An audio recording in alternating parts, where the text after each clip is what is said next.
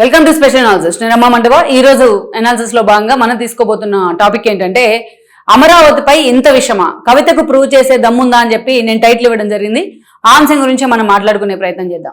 ఈ రోజు తెలంగాణ కేంద్రంగా నాగేశ్వర్ ఎప్పుడైతే మాట్లాడారో ఆ నాగేశ్వర్ తను మాట్లాడిన మాటలకు ఆయన రిగ్రెట్ కూడా అయ్యారు. పవన్ కళ్యాణ్ అని టీం రియాక్ట్ అయిన తర్వాత ఆయన మీద కేసులు పడిన తర్వాత బేషరతుగా క్షమాపణ చెప్పారు. క్షమాపణని కంటిన్యూ చేస్తూనే మరోవైపు అలాగే ఆ వివాదాన్ని కూడా కంటిన్యూ చేసే ప్రయత్నం చేయడం, తెలంగాణ జర్నలిస్టుల పేరుతోని వాళ్ళ ముసుగులోని ఏదైతే రౌండ్ టేబుల్ కాన్ఫరెన్స్ పేరుతోని హడావిడి చేయడం. సో ఈ ఎపిసోడ్ మొత్తం మీద కవిత దీన్ని చేతిలోకి తీసుకునే ప్రయత్నం చేసింది.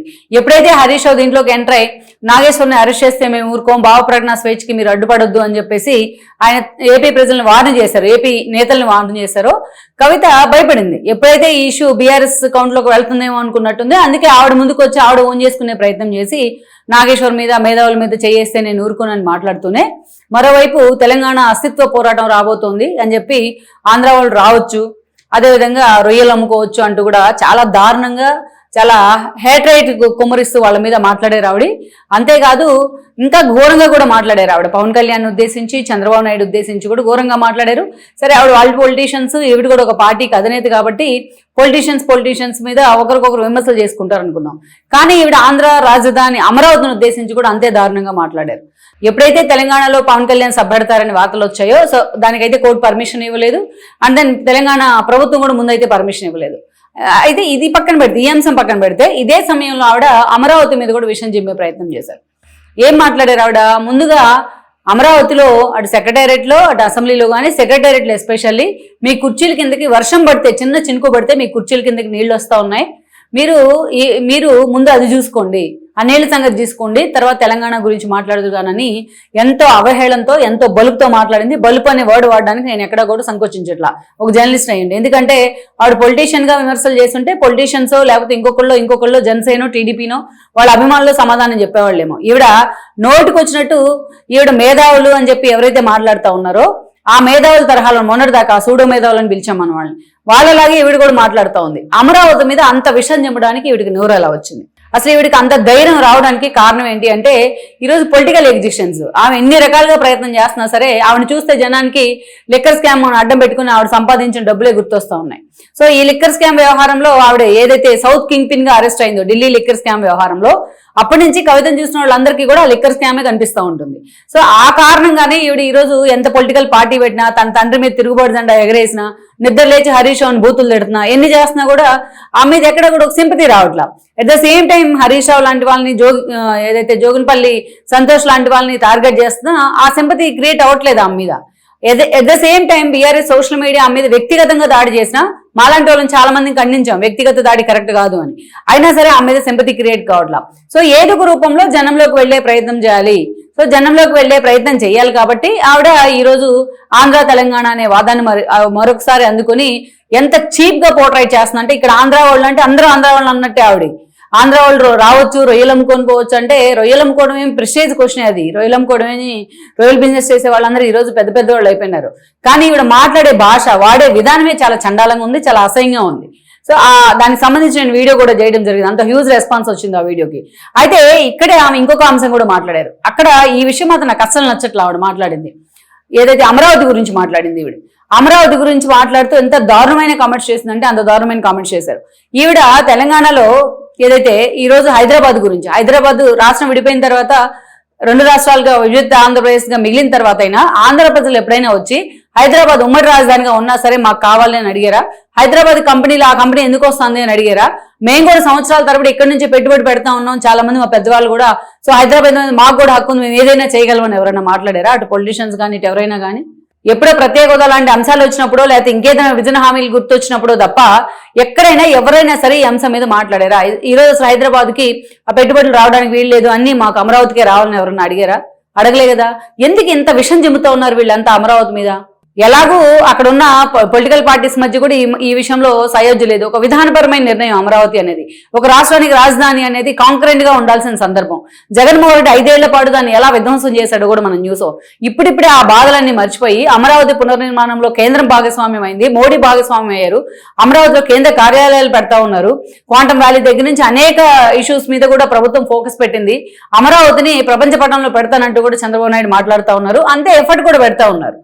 మొత్తం రాష్ట్ర ప్రజలంతా 3 ప్రాంతాల ప్రజలు వన్ సైడ్ మ్యాండేట్ ఇచ్చారు మొన్న కూటమికి, అమరావతికే మేము రాజముద్ర వేస్తున్నాము అని చెప్పి. ఈరోజు కేంద్రం కూడా రాజముద్ర వేసింది, ఎవరు కదిలించలేని విధంగా. అలాంటి అమరావతి మీద ఇంత విషయం ఎందుకు మీకు? ఈరోజు వైఎస్ఆర్సీపీకి కవితకి తేడా ఏంటి? జగన్మోహన్ రెడ్డికి కవితకి తేడా ఏంటి? జగన్మోహన్ రెడ్డి అమరావతి విషయంలో ఎన్ని మాటలు మార్చాడు మీకు గుర్తుంది కదా. 3 రాజధానుల కంటే ముందు అమరావతిని ప్రకటన చేసినప్పుడు నేను నా సంపూర్ణ మద్దతు అన్నాడు. తర్వాత అధికారంలోకి వచ్చాక 3 రాజధానులు అన్నాడు. ఎక్కడ ఒక ఇటుకు పెట్టింది లేదు. కర్నూలులో న్యాయ రాజధాని అంటే, వైజాగ్ లో మొత్తం భూ ఆక్రమణలు తప్ప ఏమీ లేదు. ఎగ్జిక్యూటివ్ క్యాపిటల్ అంటే అమరావతి రైతుల మీద ఏ స్థాయిలో దాష్టికాలు చేశారో కూడా మనం చూసాం. వాటన్నిటి మర్చిపోయి కదా ఈరోజు అమరావతి ఇప్పుడిప్పుడే తలెత్తుకొని కొంచెం గర్వంగా తలెత్తుకుంటా ఉంది రాజముద్ర పడిన తర్వాత. ఈ రోజు మనం ఒక ఇల్లు కట్టుకోవడానికే, మన ఊర్లో ఒక ఇల్లు కట్టుకోవాలి అంటేనే దానికి బడ్జెట్ ఎంత అవుతుంది, దానికి ఎన్ని రోజులు పడుతుంది? దాదాపు దగ్గర ఒక చిన్న ఇల్లు కట్టుకోవాలంటేనే 2 ఏళ్ళు 3 ఏళ్ళు పడతా ఉంది ఈ రోజున. అమరావతిలో అలా చిటికేస్తే అలా నిర్మాణాలు అయిపోతాయా? ఎంత దారుణంగా మాట్లాడుతూ ఉన్నారు. ఒక పక్క ఆ స్థాయిలో వర్క్స్ జరుగుతూ ఉంటే అమరావతిలో వెళ్ళండి, అక్కడ ఎంతమంది కూలీలు పనిచేస్తా ఉన్నారు అమరావతిలో. ఇక్కడ కూర్చొని హైదరాబాద్ లో కూర్చొనో లేకపోతే ఎక్కడో కూర్చొని వేరే చోట ఎక్కడో కూర్చొని మీరు మాట్లాడేది ఏంటి? అమరావతిలో ఏం జరగట్లేదు అని చెప్పేసి. అమరావతిలో జరగట్లేదని మీరే చెప్తారు, పైపులు తగలబడేని వార్తలు వస్తాయి. పైపులు ఎంతంత మనం చూస్తే పూర్తి స్థాయిలో ఎలాంటి వాళ్ళ పైపులు తగలబడ్డాయి, మొన్న మెగా వాళ్ళు ఇంకొన్ని సార్లు తగలబడ్డాయి. మరి ఇంతంత పైపులు, ఇంతంత భారీ బల్క్ లో ఉన్న పైపులు ఎందుకు వచ్చినాయి అక్కడికి? పనులు జరుగుతుంటేనే కదా వచ్చింది. సీడ్ యాక్సెస్ రోడ్డు కూడా అంత చక్కగా కంప్లీట్ అయిపోయింది కదా. ఇవన్నీ మీ కళ్ళకి కనిపించట్లేదా? కవితకి అసలు గుర్తుందో లేదో, అమరావతి ఆ రోజు శంకుస్థాపనకి పిలిస్తే మోడీతో పాటు కేసీఆర్ కూడా రావడం జరిగింది. అమరావతి నిర్మాణానికి అవసరమైన అన్ని కూడా నా వైపు నుంచి నేను సపోర్ట్ చేస్తానని చెప్పాడు ఆయన తెలంగాణ ముఖ్యమంత్రి హోదాలో. నీకు గుర్తుందో లేదో, వాళ్ళ అయ్యొచ్చి ఆ రోజు మద్దతు ఇచ్చింది అమరావతికి. అంతేకాదు మనం చూసినట్లయితే చాలా విషయాల్లో కేసీఆర్ ఆ రోజు పోలవరం ముంపు మండలాలను తీసుకొచ్చి చంద్రబాబు నాయుడు కలిపితే తప్ప నేను ముఖ్యమంత్రిగా ప్రమాణ స్వీకారం చేయను, గెజిట్ నోటిఫికేషన్ ఇస్తే అంటే ఆ రోజు ఎన్డీఏలో కలిసి వాళ్ళు పోటీ చేశారు. మోడీ ఆ రోజు గెజిట్ నోటిఫికేషన్ ఇవ్వడం జరిగింది దగ్గరుండి. మరి కేసీఆర్ ఆ రోజు ఏం మాట్లాడలేదు, ఈ రోజు ఈవిడ మాట్లాడుతూ ఉంటుంది ముంపు మండలాల గురించి. మరి అమరావతిని వ్యతిరేకించే వాళ్ళు అయితే మీ నాన్న వచ్చి స్వయంగా అమరావతిలో ఎందుకు శంకుస్థాపన కార్యక్రమంలో మోడీతో పాటు చంద్రబాబు నాయుడుతో కలిసి పాల్గొన్నారు? ఎందుకు హామీ ఇచ్చారు అమరావతికి నేను అండగా నిలబడతాను అని చెప్పి? అదే అమరావతిని తర్వాత జగన్ లాగే కదా మీరు వ్యతిరేకిస్తూ వచ్చారు. మీ తండ్రి కూడా అంతే అమరావతి మీద ఎన్నోసార్లు విషయం చెప్పే ప్రయత్నం చేశారు కదా. నీళ్ళు వచ్చినాయి అమరావతికి, ఏం వచ్చి చూసిందా? నువ్వు తోడిపోయిరా నీళ్ళు వస్తే. ఎక్కడ చూసావు నువ్వు నీళ్ళు వచ్చింది? జగన్మోహన్ రెడ్డి ఎప్పుడైతే గతంలో అసెంబ్లీ సమావేశాలు జరిగినాయో ఎందుకు వెళ్ళారో తెలుసు అక్కడికి అమరావతిని? తెలంగాణలోనే రాష్ట్రం విడిపోయిన తర్వాత అసెంబ్లీ సమావేశాల్లో ఏపీకి అమరావతి రాజధానిగా ఉండాలి అని చెప్పారు. ఆ రోజు సీఎం క్యాంప్ ఆఫీస్ లో సీఎం కూర్చోవాలంటే ఏ క్యాంప్ ఆఫీస్ కేటాయించారో తెలుసా? ఆ రోజు లేక్యూ గెస్ట్ హౌస్ ఇచ్చారు రాజ్మోహన్ రోడ్ లోది. ఆ లేక్యూ గెస్ట్ హౌస్ లో సీఎం కూర్చున్న రూమ్ లో పైనుంచి పెచ్చులుడు పడుతూ ఉండేవి. అలాంటి స్థితిలో ఉమ్మడి రాజధాని మాకుంది అనే రోజు ఎవరు ఫైట్ చేయలే. చక్కగా పోయి మన రాజధాని మనం ఏర్పాటు చేసుకుందాం అనుకున్నారు. సో ఆ రోజు అట్లా అమరావతిని రాజధానిగా ప్రకటించుకున్నారు. మీరు కూడా వచ్చి మద్దతు ఇచ్చారు, మీ తండ్రి వచ్చి మద్దతు ఇచ్చారు. తర్వాత మాట మార్చే ప్రయత్నం చేశారు. జగన్మోహన్ రెడ్డి ప్రచారం చేశారు. సెక్రటరీ మీకు ఇంకొక విషయం తెలుసో లేదో కవిత గారు, ఇదే షాపూర్జీ పల్లంజేవాడు 6 నెలల్లో అక్కడ సెక్రటేరియట్ అండ్ అసెంబ్లీ 2 పూర్తి చేశాడు ఏపీలో అమరావతిలో. చంద్రబాబు నాయుడు అడ్మినిస్ట్రేషన్ అదే మీకు ఈ తెలంగాణలో ఇప్పుడు ఏదైతే రోడ్ నెంబర్ 12 లో మీ పార్టీ ఆఫీస్, మీ మాజీ పార్టీ ఆఫీస్ పక్కనే, అంటే టీఆర్ఎస్ ఆఫీసు ఇప్పుడు కూడా అక్కడే ఉంది, ఈ ఛానల్ కూడా అక్కడే ఉంది అనుకుంటారు. ఆ ఆఫీస్ పక్కనే కమాండ్ కంట్రోల్ రూమ్ కట్టారు. కమాండ్ కంట్రోల్ కట్టడానికి ఆల్మోస్ట్ 8.5 years పట్టింది మీ తండ్రికి 10 ఏళ్ళ పాలనలో. ఇదే షాపూర్ పల్లంజే వాళ్ళు. అదే అడ్మినిస్ట్రేషన్ తేడా ఏంటో చూడాలి. ఎవరు ఉంటే అడ్మినిస్ట్రేషన్ ఎంత పర్ఫెక్ట్ గా ఉంటుంది అనడానికి ఈ 2 ఎగ్జాంపుల్స్. ఒకసారి క్రాస్ చెక్ చేసుకునే ప్రయత్నం చేయండి. నీళ్ళు వచ్చినాయా? ఎక్కడికి వచ్చినాయి? చంద్రబాబు నాయుడు చేరు కింద గాను పవన్ కళ్యాణ్ చేరు కిందకి నీళ్లు వస్తే మీరు తోడిపోతురు కానీ రండి.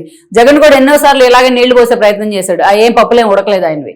మీకు గుర్తుందా? జగన్మోహన్ రెడ్డి అమరావతిలో అసెంబ్లీ సమావేశాలు జరుగుతుంటే ఆ రోజు ప్రతిపక్ష నేతగా ఉండి వర్షం పడిన ప్రతిసారి నీళ్ళు వస్తున్నాయి గొడవ చేసేవాళ్ళు, ఎక్కడో విజువల్స్ చూపించేసి. ఆయన రూమ్ లో వర్షం పడుతుంది అనేవాళ్ళు, అసెంబ్లీలో నీళ్లు పడుతున్నాయి అనేవాళ్ళు, ఇంత చూపించేవాళ్ళు. ఆ రోజు పైపులు కోసారు అనే దాని మీద ఎంక్వైరీ వేద్దాం అనుకున్నారు ఆ రోజు స్పీకర్ కోడెల శివప్రసాద్. ఆ ఎంక్వైరీ లాగే వెళ్ళిపోయింది. ఆ రోజు తరువుగా ఎంక్వైరీ చేస్తున్నడితే ఇంత దానికి రిజల్ట్ ఉండేది కాదేమో. అదే మీరు చూడండి, జగన్మోహన్ రెడ్డి సీఎం అయిన తర్వాత అదే సెక్రటరియట్ లో కూర్చున్నారు చాలా సార్లు వచ్చి, అదే అసెంబ్లీలో చాలా సార్లు సమావేశాలు జరిగాయి. ఎన్నోసార్లు వర్షం పడింది వాళ్ళు అసెంబ్లీలో సెక్రటరియట్ లో ఉన్నప్పుడు. ఒక్క బొట్టు నీళ్లు గారిన పరిస్థితి అయితే లేదు. ఏ జర్నలిస్ట్ కూడా దీన్ని క్వశ్చన్ చేయడు, ఎక్కడ టీడీపీ కూడా దీని మీద కనీసం కేసు వేసే ప్రయత్నం చేయడు. మరి టీడీపీ హయాంలో అసెంబ్లీ సెక్రటరియట్ మొత్తం నీళ్లు గారిపోతే మరి వైఎస్ఆర్సీపీ హయాంలో 5 ఏళ్ళు ఎందుకు ఎక్కడ ఒక బొట్టు నీళ్లు కూడా బయటికి రాలేదు? వర్షం పడ్డప్పుడు తుఫాన్లు కూడా వచ్చినాయి కదా, ఎందుకు రాలేదు బయటికి? సో అది పట్టుకొని ఈవిడ అమరావతికి నీళ్లు వస్తున్నాయని మాట్లాడుతుంది. నిన్న మొన్న జగన్ రివర్ బెడ్ లో కడుతున్నారు అమరావతి అని మాట్లాడాడు. వేసల రాజధాని అంటా ఉన్నాడు ఇప్పుడు కూడా ఆయన. ఇంకోవైపు మావిగన్ అంటా ఉన్నాడు. అతన్ని మీరు ఫాలో అవుతున్నారంటే అతని పిచ్చ మీరు అంటించుకున్నట్టే. ఆయన 3 రాజధానుల నిర్ణయం అంటే కదా తొగ్లక్ నిర్ణయం అని అందరూ హేళన చేశారు, ఇంక్లూడింగ్ యువర్ పార్టీ. ఈ రోజు మళ్ళీ అమరావతికి నీళ్లు వచ్చాయి ఎవరి మీద విషయం చెబుతూ ఉన్నారు మీరు? మీకు చంద్రబాబు నాయుడుతో విభేదాలు ఉన్నాయనుకోండి, ఆయన మీద విమర్శలు చేసుకోండి. మీకు ఒకసారి క్రాస్ చెక్ చేసుకోండి. ఒక నెల రోజుల క్రితం మీరు తిరుమల వెళ్ళి చంద్రబాబు నాయుడు పాలన ఓహో అసలు బంజారాలు కట్ చేశారు ఇచ్చేసారని చెప్పి పొగిడారు. మళ్ళీ అసలు చంద్రబాబు నాయుడు లేదే అసలు హైదరాబాదే లేదని మాట్లాడారు. మీ అన్న అలాగే మాట్లాడారు, హరీష్ రావు అలాగే మాట్లాడారు, మీ మామ. మళ్ళీ తర్వాత ఇప్పుడు ఏం నాలుగు మాటేసి చంద్రబాబు నాయుడు, లోకేష్, పవన్ కళ్యాణ్ అంటూ పెద్ద పెద్ద మాటలు మాట్లాడుతూ ఉన్నారు మీరు. మీ పార్టీ ఒక పార్టీ అధినేతగా ఎంత హుందాగా ఉండాలి, ఎంత హుందా రాజకీయాలు చేస్తే ఎలా ఉంటుందనే దానికి మీరు ఒక ప్రతీకగా ఉండాలి. దట్టు ఒక మహిళ అయ్యుని మీరు పార్టీ పెట్టారు. కానీ ఈ రోజు మీరు మాట్లాడుతున్న భాష, మీరు వాడుతున్న ఆ పదజాలం ఏదైతే ఉందో చాలా అసహ్యకరంగా ఉంది. మీ తండ్రి కన్నా 2 ఆకులు ఎక్కువే చదివాను అన్నట్టుంది మీ భాష. ఇది తగ్గించుకోండి. మీకు కోపం ఉంటే ఇంకేదైనా విధానపరమైన నిర్ణయాల విషయంలో మాట్లాడండి. ప్రధానికి తెలంగాణ సెంటిమెంట్ తీసుకొస్తే మీరు అరెస్ట్ అయినప్పుడే చెయ్యి పిడిగిలు బిగించి జై తెలంగాణ అంటేనే ఒక్కడు కూడా మీ పక్కన నిలబడలా వచ్చి. మీ అరెస్ట్కి తెలంగాణకి ఏం సంబంధం? అలాగే ఈరోజు ప్రొఫెసర్ నాగేశ్వర్ మాటలకి తెలంగాణకి ఏం సంబంధం? సో అలా ఈరోజు మీరు రెచ్చగొట్టే ప్రయత్నం చేస్తే ఇక్కడ రెచ్చిపోవడానికి ఎవరూ సిద్ధంగా లేరు. మీరు దయచేసి ముందు అమరావతి గురించి మాట్లాడేటప్పుడు ఆ అమరావతి మీద విషం చెమటం ఆపండి. ఇంకా అమరావతి ఎలా చేస్తే బాగుంటుంది, ఇలా చేయొచ్చు కదా, మీకు చేత అయితే ఒక సలహా ఇచ్చే ప్రయత్నం చేయండి. ఏపీ ప్రజలు ఎప్పుడు హుందాగా వ్యవహరిస్తారు. మిమ్మల్ని మీరు వచ్చి వెల్కమ్ చేస్తే అమరావతిని మిమ్మల్ని నిజంగా వాళ్ళు గుండెలకు హత్తుకుంటారు. సో అది గుర్తుపెట్టుకోండి. ఫస్ట్ అమరావతి మీద మాట్లాడడం, ఈ విషం చెమ్మడం ఆపండి. లేకుంటే మిమ్మల్ని కూడా వైసీపీ లీడర్గానే మేము చూడాల్సి వస్తుంది.